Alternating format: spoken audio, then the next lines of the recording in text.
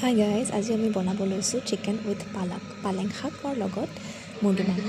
চিকেনখিনি অলপমান মেৰিনেট কৰি লৈছোঁ আৰু ইনগ্ৰিডিয়েণ্টখিনি কাটি লৈছোঁ। পিঁয়াজৰ নলা আছে দুটা প্ৰকাৰৰ, এটা লোকেল আৰু এটা গোটা গোটা যে পায় সেইটো।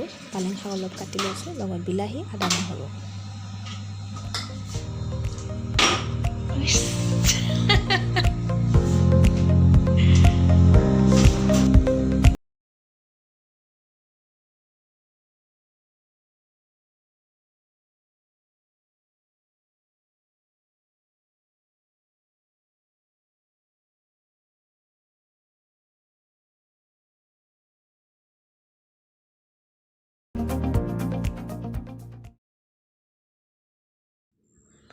চিকেনখিনিত গৰম তেলত ধুনীয়াকৈ অলপ সময় ফ্ৰাই কৰি লোৱাৰ পিছত এটা এটাকৈ গোটেইখিনি ইনগ্ৰিডিয়েণ্ট দি, যেনেকৈ পিঁয়াজ, আদা, নহৰু, বিলাহী আৰু কুটি লোৱা পালেং শাক, পিঁয়াজৰ নলা গোটেইখিনি দি অলপমান ডিপকৈ ফ্ৰাই কৰি লৈছে।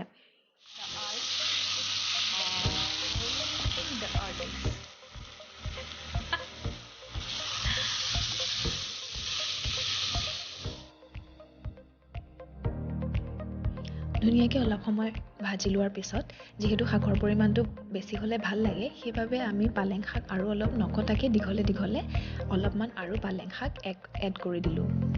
এতিয়া অকণমান 2-3 ছেকেণ্ডমান ফ্ৰাই কৰাৰ পিছত আমি ইয়াত এড কৰিম অলপমান পানী।